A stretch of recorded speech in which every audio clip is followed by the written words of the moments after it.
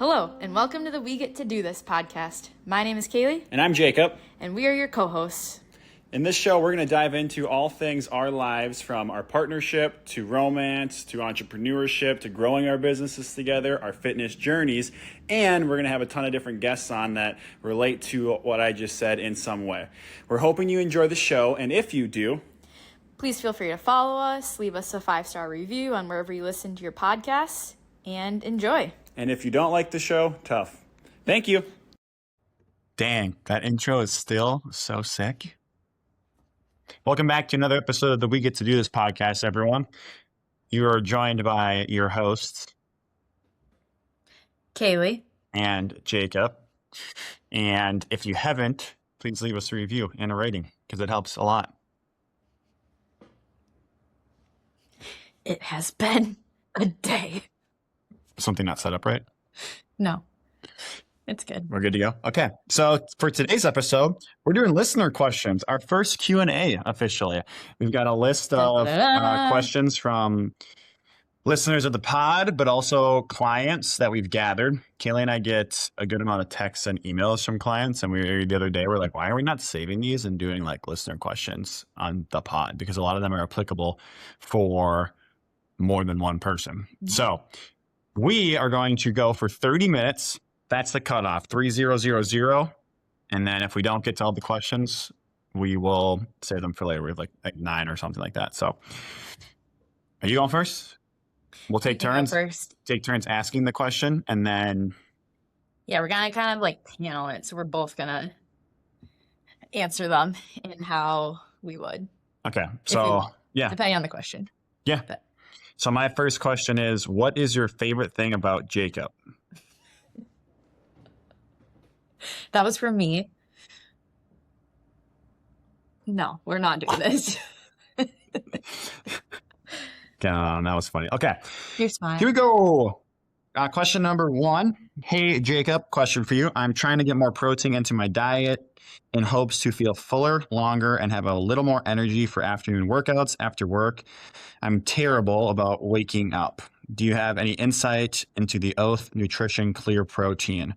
Pros and cons. Any other insights are great. Well, first of all, I am not a dietitian or nutritionist, and neither is Kaylee. So everything we're about to say, you can take it or leave it. And I can talk about food therapy. That's my scope. Yeah. Not dietitian. Yeah, and I'm not allowed to say anything about like, you should eat X amount of grams of protein. But I can give recommendations on brands and on like foods with protein and things like that. So, or like what I do, what I like to do. Are you going to answer this first, or am I going to answer this first? You can answer it first. So when I get asked about protein or really any macro, pretty much in general, also keep in mind that the majority of people I work with are endurance athletes. So I'm going to answer this from the perspective of that. Number 1, I go to total calories first. I do not focus on macros first. So I like to, well, actually that's not true. Number 1, usually I refer out to a nutrition or a dietitian, depending on like who the person is and what they're asking me about. But if it's, something that they want to just hear some like advice on, I'll say, are you eating enough calories? Number 1. And there are a lot of good apps out there. A lot of apps now you can take pictures of your food, and you don't even have to like enter the food in. And you can do that for like 3 days. I think it's very eye-opening to know, are you eating enough calories for you, for your body weight, for your amount of activity you're doing, what's your BMI, things like that, or not BMI, metabolic rate, things like that, and go from there. I think we both find that a lot of our clients typically aren't eating enough, just kind of point blank. So that's number 1 on the whole, am I getting enough protein in my diet?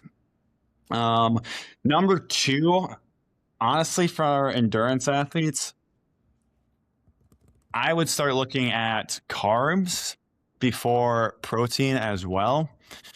Once again, I'm a big fan of protein for endurance athletes. I think a lot of endurance athletes probably aren't eating enough, but there's a very good likelihood they're not eating enough carbs. And more specifically, like the timing of when they are eating their carbs. Carbs are our main energy fuel source as endurance athletes, right? We need a lot of energy. We're constantly burning energy and calories, which is why you need to just make sure you're eating enough as well. So in that, again, frame of reference, things to think about. Are you eating right before you are working out? And what is the frequency of your meals? You know, for an individual like this who's saying that they're not having much energy in the afternoon, I'd be curious what they're eating up until that point, right? So if you're waking up at 8 a.m., but you don't eat till noon, in my opinion, I would not recommend that if you're going to do a workout at 4. Make sure that you're getting in a solid 2 meals, right?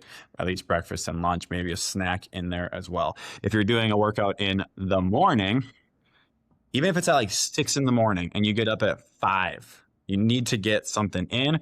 And I would recommend carbs, something that digests quickly, something more simple carb over a complex carb in that situation. So calories total first, then I would look at carbs. Then you could probably start looking at protein, in my opinion, from there. And I like to make sure athletes, again, are getting in protein and carbs right away after workouts too. But that's like the third thing on my list. If every time you finish a workout, within an hour of that workout, you should be eating. And again, I would focus less on like what you're eating and just making sure you're eating. You're probably going, if you do that, you're probably going to end up getting enough of whatever it is that you're looking for. So I recommend a lot after like strength workouts or run workouts, whatever it is, doing some type of like supplement or a bar. It's super easy to get in. It's super easy to travel with, bring it with you and eat that within, I try to do within like 30 minutes of a workout typically. So I think that's a good clear cut start to that question. This kind of had 2 parts. It also asked about any insight into Oath Nutrition Clear Protein. I have pretty much no insight into that brand. I didn't know what that was until I got this message. When I Googled it, it looked solid to me. Kaylee will talk about this more probably because she has more knowledge on this. But from what I've learned from Kaylee, I typically look at if there are things in protein powders that I can't, like, I don't know what they are. If it's some long name, I'm like, or if there are like seed oils or dyes, things like that. Like, you just kind of like go, why does this need to be in there? And if there isn't a really good answer for that, usually I try to stay away from that. I also personally like non-whey proteins simply because they sit better with my stomach. It's the only reason. They're a little bit more digestible. I think that's good enough for that question. I think I rambled enough. Hopefully that helped. I think that was great. So for me to directly address just like protein, since you already covered the other like eating enough and calories and everything. I'm not a huge protein powder girly. No, she is not. But if I were to do protein powders, I will on occasion. I always try to make sure if it's whey protein, going for a grass-fed option, high quality sources of protein. Because if we're ingesting, I mean, we know people that are doing protein powders or shakes 3 times a day. That is very hard on your liver. It's very hard on your kidneys and it's very hard on your system. Yeah. In my opinion, we should not only be getting our protein and our calories from liquids that come in powdered form. But the one that I would be using is the Nutridyne protein, which we can link. We're not sponsored by them yet, but if you use our code, we really appreciate it still. And they have a daily meal. That's actually what I use. There's a lot more than just protein powder in it. That's not true. I do have their other proteins too, but like typically that's what I use is their daily meal. Yeah, we've done like the paleo protein, the whey protein. And yeah, if you use the link, you get 20% off. And this is a practitioner brand. That's why we talk about Nutridyne a lot, because that means they're third-party tested and like, so their quality is a lot better. And they're They've done, Minnesota. They're a And we Minnesota know the company. owners. Yeah. Oh, well, we know So one of the owners. they're a well-trusted brand. So I would never just like buy a $20 protein powder off of Amazon, for example, because we don't know if there's heavy metals in there. We don't know how it's processed. We don't know what it's made of. So just make sure you're getting from like a reputable brand that's third-party tested for like lead and all the other things that we don't want to be consuming. But aside from protein powders, so like the protein recommendations, Jillian talked about this in our podcast like maybe 10 episodes ago about protein recommendation. I think it's like around 1.2 kilograms. 1.2 grams per kilogram of body weight. Thank you. Actually, it's 0.8 to 1.2 grams per kilogram of body weight is what it recommend. What Google, or I don't know why I quoted that. What Google recommends, or like when I did nutrition in college, minor, did not major in it. Clarification, minored in it, and I got a certification in it after college. But they say 0.8 to 1.2 grams per kilogram of body weight if you are an active person, which I think that's way too low. But again, if you eat enough calories, you should surpass that. And then when you convert that to pounds, it translates to a little less than what you weigh. It's like if you weigh 150 pounds, I don't think roughly like 120 grams of protein around there. This is very rough guesstimates. I've never been the one to count my macros or to be like, this is how much protein I'm getting in every day. That's not my personal style. I'm very much more into intuitive eating, but I understand like that's also taking me a long time to get to that point. But different protein sources that I try to focus on, so like after a workout, like having a grass-fed beef stick is like a very good option to just like keep in your car, keep in your bag. It's just straight up beef and protein without any like other added fillers. Jacob's gonna grab some. We really like the, is it Paleo Valley brand, which Jacob was so kind to grab. These are the Paleo Valley ones that we get. Every once in a while they have 50% off deals. So then we stock up and get 100 of them at a time. And it's all ingredients that we like to actually recognize. So, no gluten, soy, corn, MSG, or artificial flavors. Beef was never given antibiotics or steroids. So that's a great option. And then the other one that we really like is, I think we've talked about this before, Perfect Bars. Costco sells like a 20 pack, or 12 pack. That's the cheapest way to get these Perfect Bars. They're definitely not the least expensive brand, but again, you can like actually read all their ingredients. And then I really like these little mini ones because they're chocolate covered, and they sell these at Whole Foods. Another easy thing to have on hand. Jacob's also holding up bone broth right now. So I just made a huge batch of bone broth the other day. You guys also know that I talk about bone broth all the time. You get your collagen, which collagen is another like huge topic of should we be having it. In bone broth, it's a very digestible source of collagen and gelatin, so it's good for your hair, skin, nails. There's also actually a ton of protein in there. So I think people underestimate or don't even know that bone broth has a ton of protein in it, along with your minerals, and it's just like a very good. I like to do it even like before a run if I'm really not feeling anything, heat up a little mug of bone broth, and then after a run, it's like such a good like quick source of protein. It's just like you can feel like how warming it is in your body or after a workout. So that's a good option. You can just keep that. We just keep it in glass jars. Let me know if we can link my recipe for that too. Or you can buy bone broth at Trader Joe's, Whole Foods, Costco, Target. They sell it everywhere now. And then hard-boiled eggs are also a very like handy option if you don't have time to like actually make a meal after your workout. Just having like a bowl of hard-boiled eggs in the fridge, great source of protein.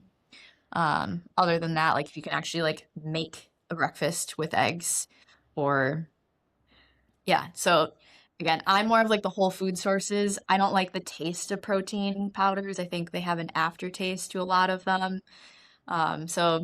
But I'm not saying never use it. It's just that's my personal preference. And I definitely do use them on occasion, especially when traveling. It's nice to have them with just like a blender bottle. We even brought them like on our camper van trip this summer. Yeah, protein question's very nuanced, but I always go back to like, okay, what were like our ancestors doing? And turns out they probably weren't using protein powders for every meal. So, but whatever you can fit in, and if that's your only thing, please do that. Just like try to focus on a good source. That's what I always go back to, sourcing. Well, All right. we just spent 15 minutes in. See if we can do the next one a little faster. I think right there. Yeah. I talk way too much. But protein's also like, I mean, we get that question episode. all the time. And it is important, you know, for It's repairing very your important. muscles. Yeah, it's very important. All right, next question. Okay, I have a friend who is doing a race in this fall, September, October. And her question was, and it's at altitudes. There's a few different things to this, but I would love to hear your perspective on, so it's about 6 months away at this point. Does she need to take any amount of time off of training before the 6 months, or can she just train straight through up until this race? I'll add this also trail race. We're starting at 9,000 feet of elevation. She'll be gaining 3,000 feet or 3,100 feet over the course of the trail run. What else? And it's a, oh, don't get mad at me, friend, 25K, I believe. Wait, So, you get to answer it first, right? okay, I'll answer how I I answered can it. answer first too if you want. These questions are very nuanced because it depends on who the person is. You know, how long have you been running? Have you done a trail race before? What kind of race is it? What else is going on in your life? So that's why I think it's important to, one, this is a plug for a run coach, to get like an individualized plan for you. And two, thinking about this more, it's like can change over the 6 months too. So I mean, you can have an idea of where you're at right now, but obviously like life can happen, and if any like injuries set in, like things will change. But my answer was, I believe that yes, you can train straight through for these 6 months, but that doesn't mean that you're going to keep up the intensity for that 6 months. And for women, in my opinion, a good way to go with this is thinking of like, okay, once a month when you're on your menstrual cycle, have that be more of your down week. So we don't want to, you know, say you're doing 50-mile weeks every week, which most people are not doing this, but instead of like doing that across the board, like you can pull back and do like less miles one week or maybe like less speed. But instead of just like not like stopping everything, maybe incorporate more hills on your down week, or walking, hiking, biking, yoga, instead of keeping up the intensity for that whole time. And the menstrual cycle time is just like a nice time. So it's like you're already going to be probably a little more tired and less energetic during that time. So why not use that time to like recover so that then you can get back at it again the next week? I think that's a great way to answer it. I think it's Thanks. a phenomenal way to answer it. I think that's. I know some more we know some more background on this individual, and I know that they've struggled to stay healthy. So I think that's why they're asking this question, right? It's like, how can I get there and make sure I'm healthy, essentially? But yeah, I think it depends a lot. I think that, yeah, I mean, to answer her question, she should take breaks. That was the original question, right? Like, should I take breaks when I'm training? Yeah, like for do the I need next to take like a 6 months? complete off week? Yeah, so like Or from two. like a textbook, you know, kind of definition, every 4 to 6 weeks, take a down week. I think is the easiest way to answer that. Mm-hmm. Yeah. And in that down week, I would drop your overall volume. I would drop your intensity 20 to 50%, depending on who you are, maybe more. I would try not to take a whole week, like completely off necessarily. And personally, I would strength train 2 to 3 times a week throughout that entire build. And you could do a down week for that and then follow the similar pattern as like what I just said for running. So yeah. And then to quickly go over altitude, we've talked about altitude in the past, but so this is at Mammoth, so again, 9,000 feet. Sauna training is always going to be my number one for heat 1000%. training, for altitude. And again, the research shows that doing it like 2 to 4 weeks ahead of the race is going to be the most beneficial. So although starting it right now is beneficial for your overall health and really good, if you don't have access to a sauna, like in your wherever you live, as long as you're focusing on it like that in that 2 to 4 week range, that's going to be the most beneficial. There's also herbs. Again, this is general medical advice. Please talk to your practitioner. But cordyceps is a good herb that's great for altitude because it's helping with increasing your red blood cell count. Beets are also great. You know, we're big fans of beets. Nitric oxide production, again, helps with the blood. What else? Oh, I was also going to say, I don't think I talked to her about this, but they say that if you can't get there more than a week in advance of the race, that it's actually better to get there in like 24 hours before the race, especially if you're a person that knows that you struggle from altitude. Yeah. So if you get there 48 to like 2 to 3 days in advance, it might actually be less beneficial because the altitude effects are going to be setting in like right at the start of your race. So if you're listening to this, whoever asked me that, remember that too.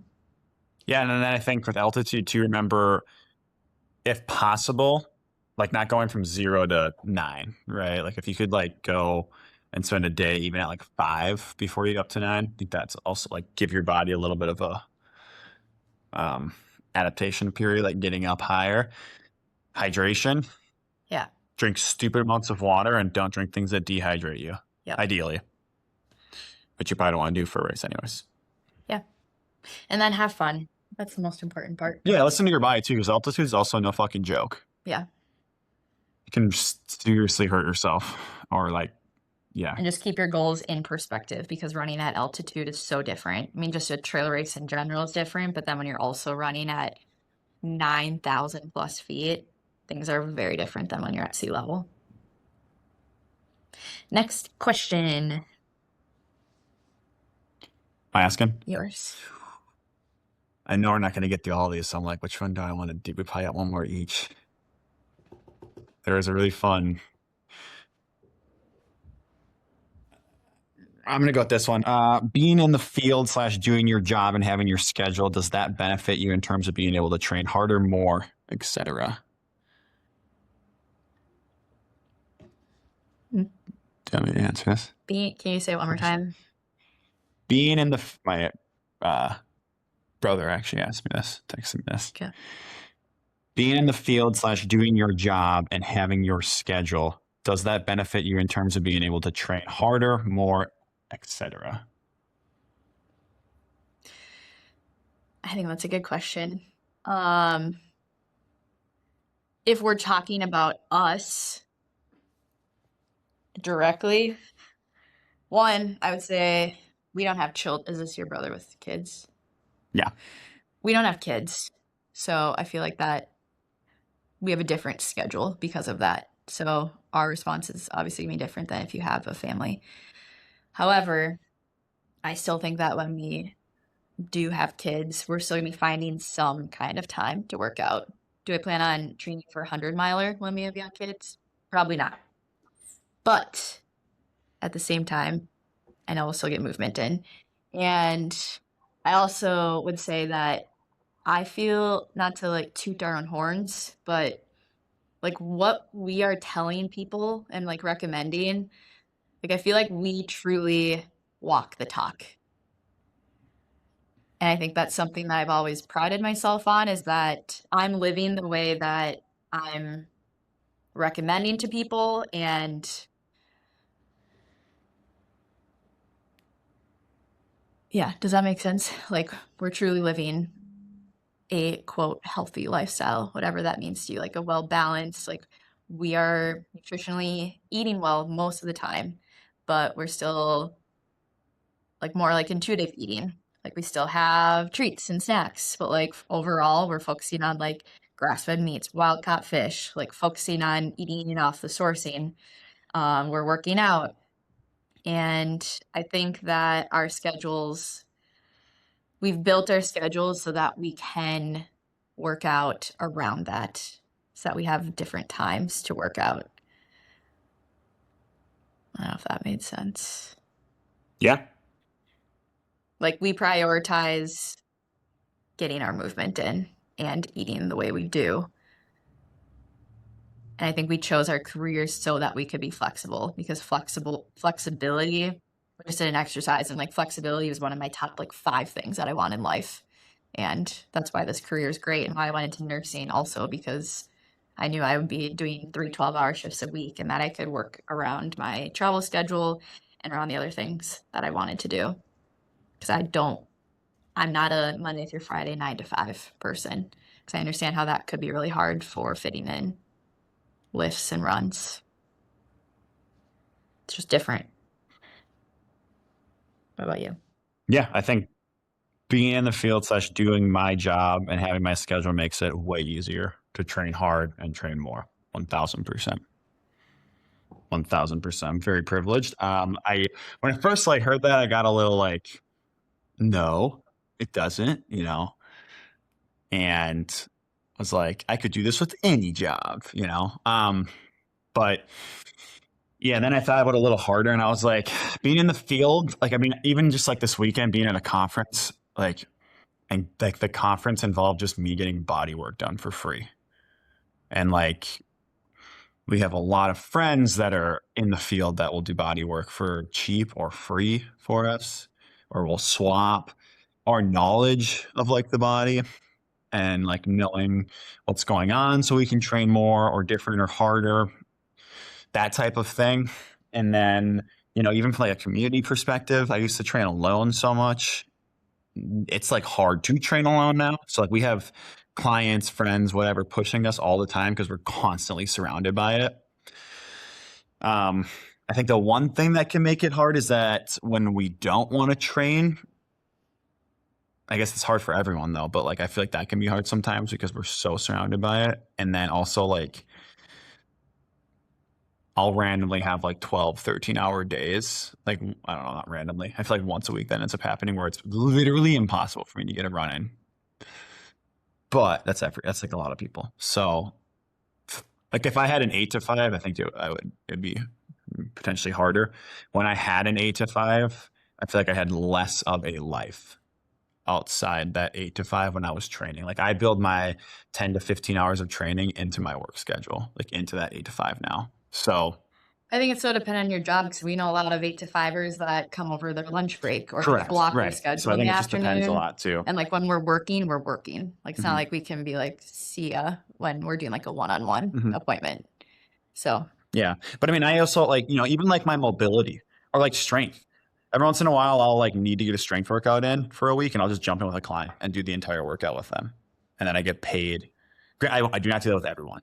This is closer clients that every once in a while I'll do that type of thing, or mobility and flexibility. I do that with clients all the time. So, all right, one more question. Okay, Let's hit it quick. We got 2 minutes. 2 minutes. Speed round. Okay. Kaylee, I need your advice if you don't mind. I've had 4 colds in the past 4 months, and I'm losing my marbles. I'm still seeing my acupuncturist weekly, and I'm going to talk to her again, but wanted your input too. Any thoughts on boosting the immune system? I've been kind of slacking on my multivitamin because it sometimes upsets my tummy.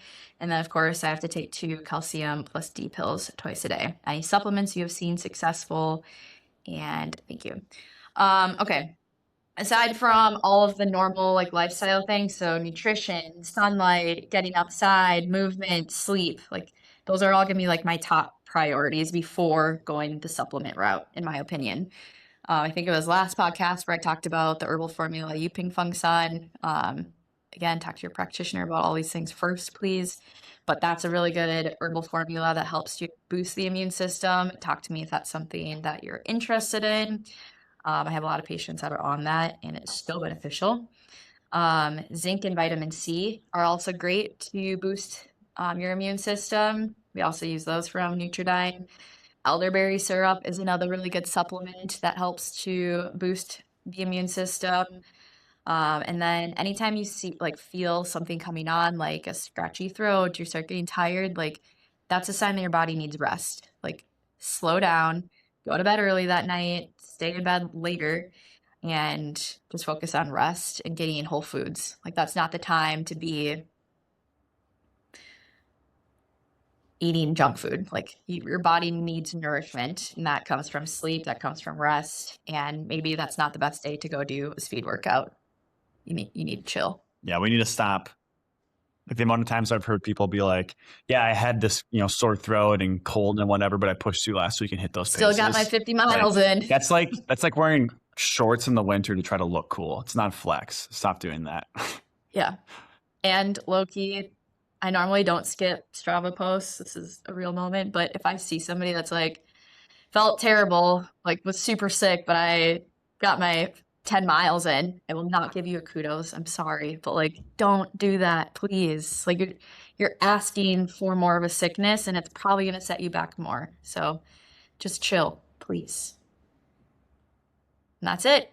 And eat enough. 30 minutes. We did it. Nice. Q&A. All right. I don't know when the next one will be, but that was fun. So hopefully y'all enjoyed it. Hopefully you got something out of it. We got through 4 questions. I think that was pretty solid. Yeah. If you have more questions, please always feel free to send them in anonymously too, if you want. Another episode down if we get to do this. Thanks for being here. Thanks for being here, y'all. 81. Peace. Wow, Kaylee, we made it through another episode. What do you think? We would love if you would go give us a follow, a 5-star review, and comment on the episode and what you liked and what you'd like to see more of. See you next time. We get to do this.